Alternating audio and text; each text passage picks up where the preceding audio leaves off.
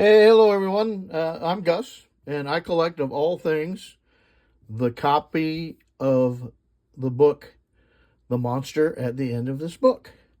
I have approximately 60 different versions of the book. Half of them are probably the little golden book versions that you guys probably all know, but there have been other copies too. I want to show off my shirt here. You can see I have a shirt here that shows the copy of the book on the front of it. But here's my collection of just the little golden books. And there's all the other stuff I have that's related to this book. Today I'm only going to give a video on the little golden books themselves. I will do other videos that have all the other stuff that's in my collection. So let me get to going here. I'm going to put this up here. All right.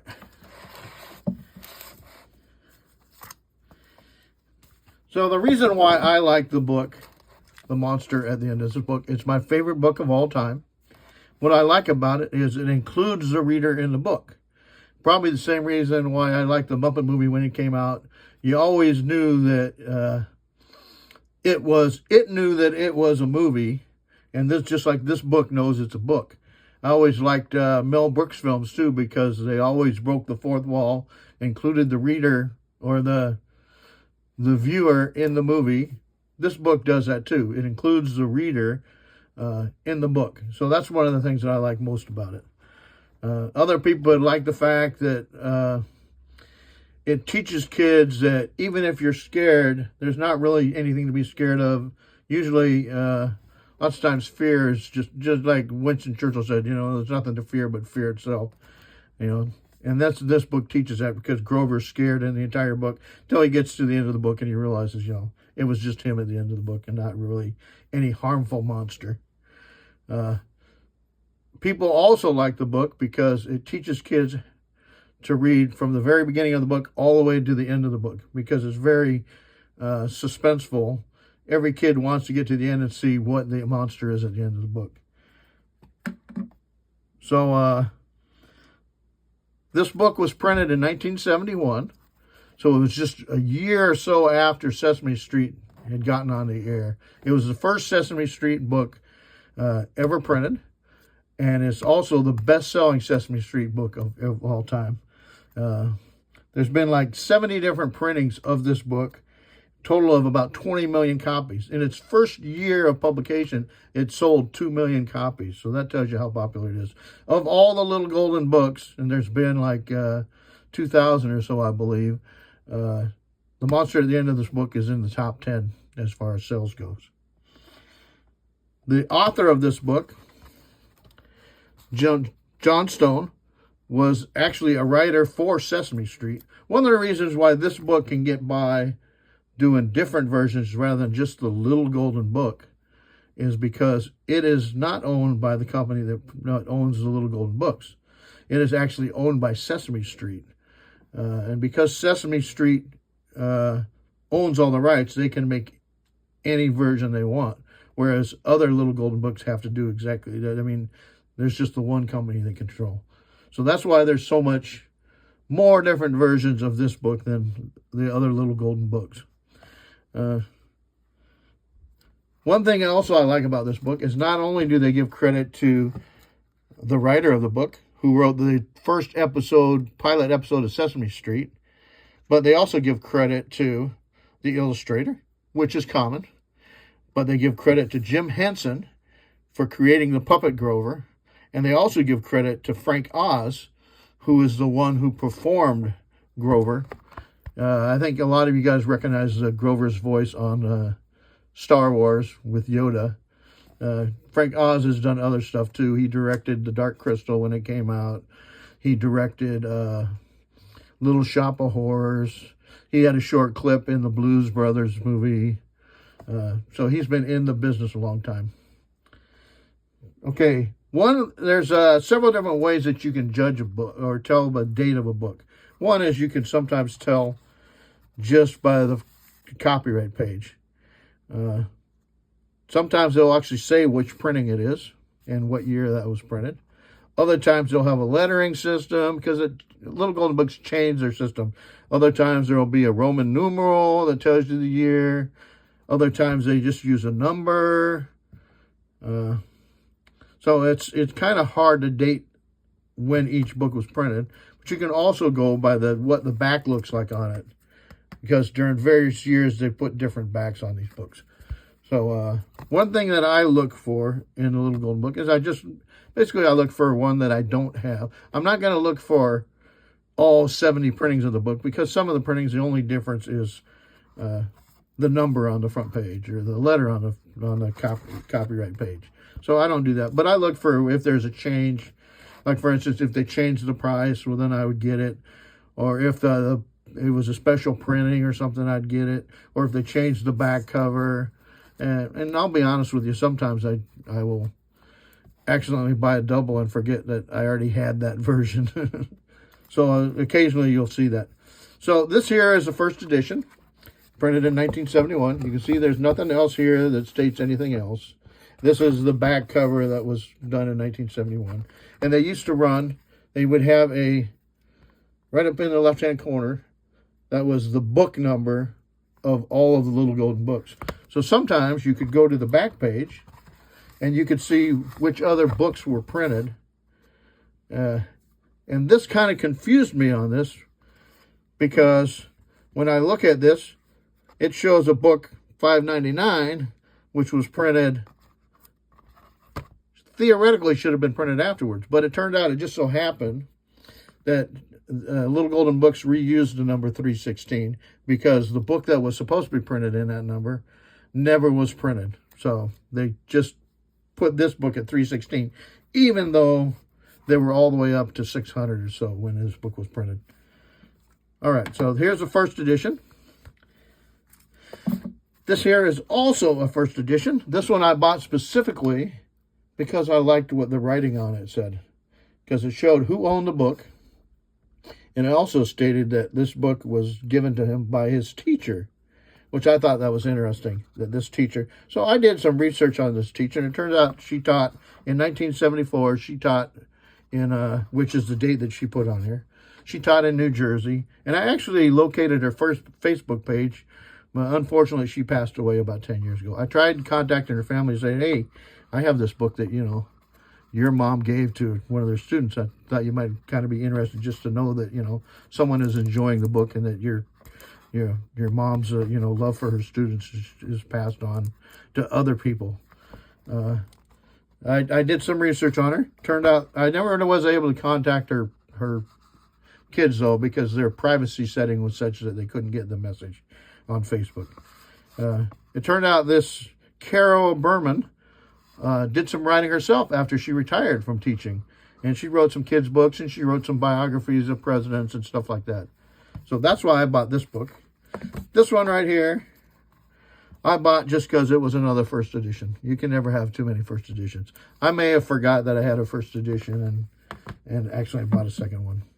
Now this here, I set it aside for a specific reason. It's a little smaller than the other ones. Not much, about a quarter inch smaller.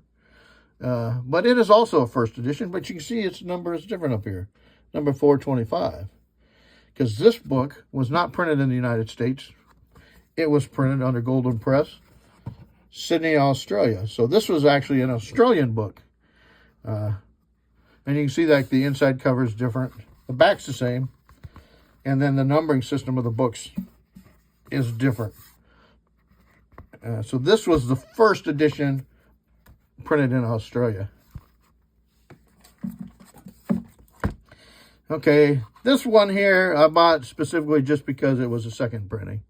It was a fairly old book, printed in 1971 also. So they were already, within the first little time that it had been printed, they were already reprinting it. Okay, this one, they changed the back cover, and they actually added, this is the third printing, they added a Sesame Street back to it. So you can see we got all the Sesame Street characters riding along in their Sesame Street bookmobile. All right, the price then went up a little bit here to 49 cents. So I had to get a 49-cent edition. And this was the 4th printing, which was in 1976. The back, you can see it's changed again. I'm going to notice there's a little kitty up here in this little cart here. And that's important because when we get to the next 49-cent book here, which is the 8th printing, when you go on the back, Sesame Street was starting to pick up steam by this time, because the 8th printing was in 1977.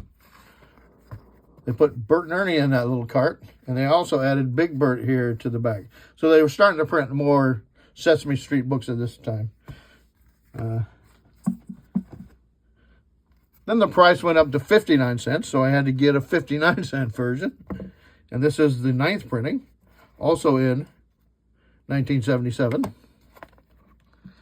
This one also was given to someone. Tommy Dean Kennedy, from her grandma Kennedy. So another one where, you know, grandmother, teacher, mother, or someone, children have gotten the books from their family members, teachers, etc.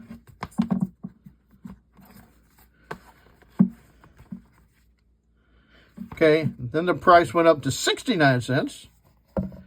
And by this time, 1979, we were all the way up to the 15th printing. So in 8 years, they got all the way up to 15 different printings that they had to keep doing it. The back's the same.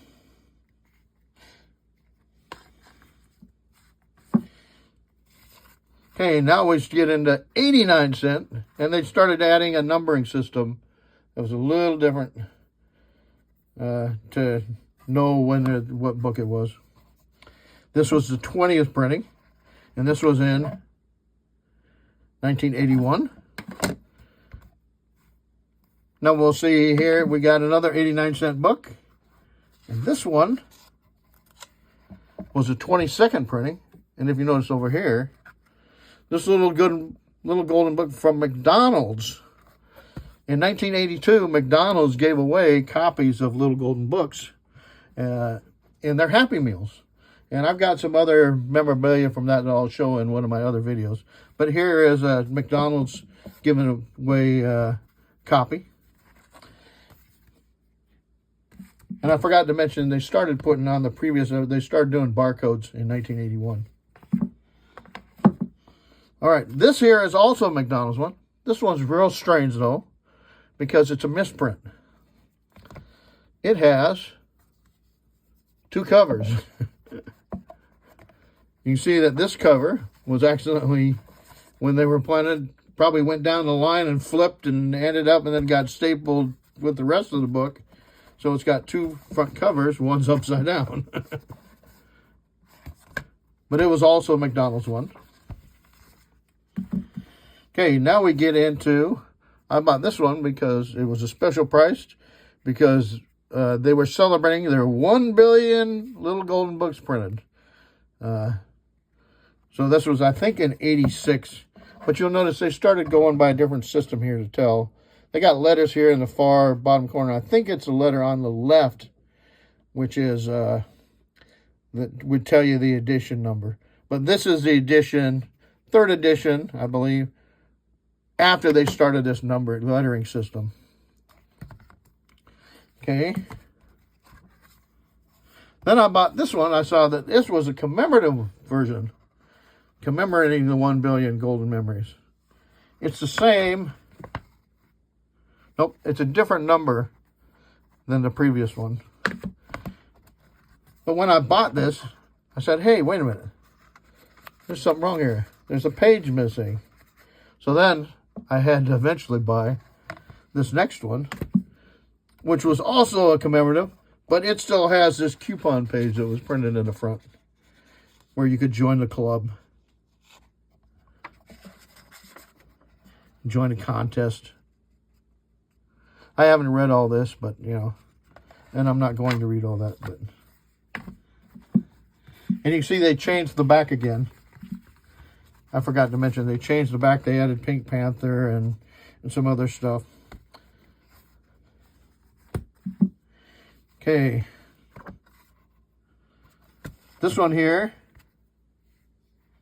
they for a while there, they started putting the barcodes on the front. And then they moved the barcode to the back again.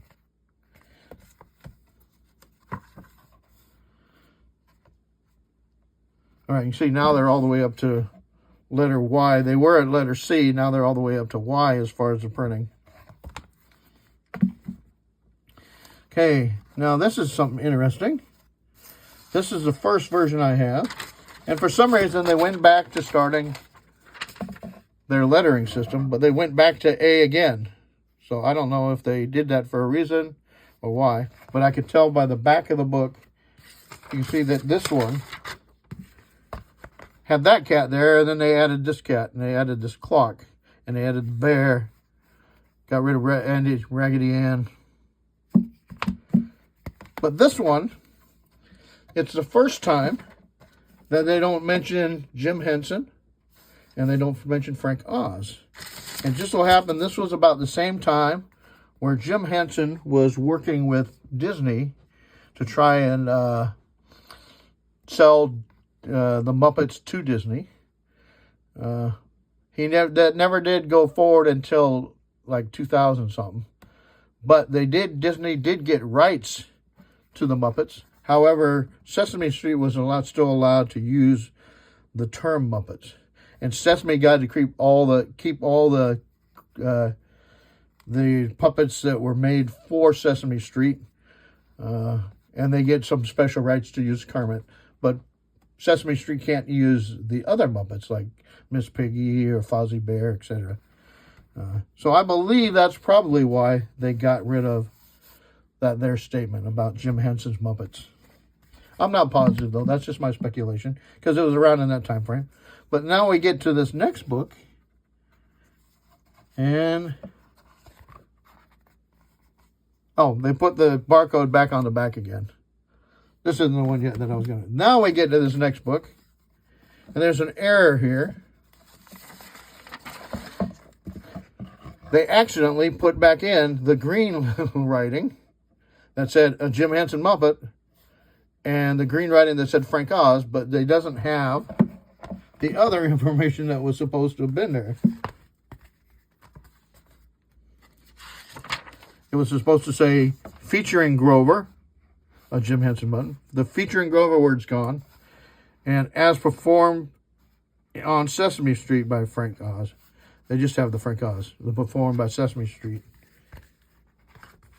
isn't on there. So I found that interesting. But it's just the green one. So it was interesting that the book before it, they got rid of all that. But then all of a sudden it showed back up.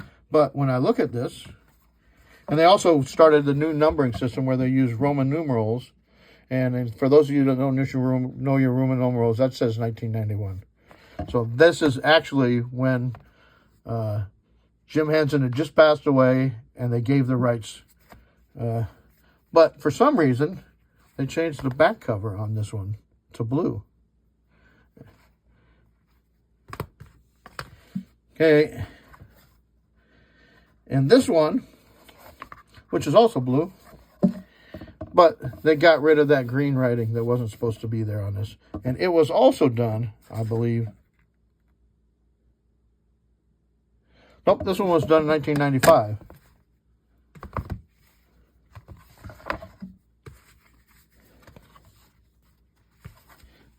I know I have two of them that were done in Yeah, these two were done in 1991. One with the yellow back and one with the blue back. The one with the yellow back does not have that Jim Henson Muppet Frank Oz, but the one with the blue back does. So it was kind of weird. Okay, and then we start getting into, still has the blue back, 1995. And I think I bought this because I was trying to figure out when they corrected that mistake.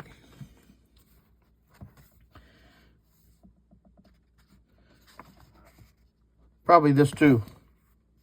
Oh no, they changed the back just a little bit. They got rid of Bugs Bunny for some reason. I don't know why. But they added the little witch there. Then I bought this one here because it's the 75th anniversary of Little Golden Books. Little Golden Books started in 42, so that meant this was 2019. So it's a fairly new one. But you notice they changed the numbering system again. You can see they went to numbers again.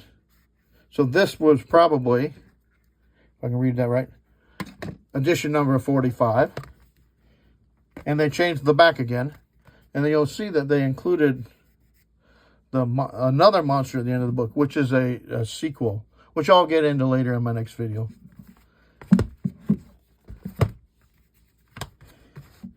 And then I just bought these next two because they were newer versions. You can see they got all the way up to 55, edition 55. And this is the newest one I have, which is edition 57. I think they're up into the 60s and even close to 70 editions now, or printings now. So that is my collection of just the Little Golden Books. I'll make another video later on, probably in about a week, that shows some of my other stuff that I have. All right, thank you very much.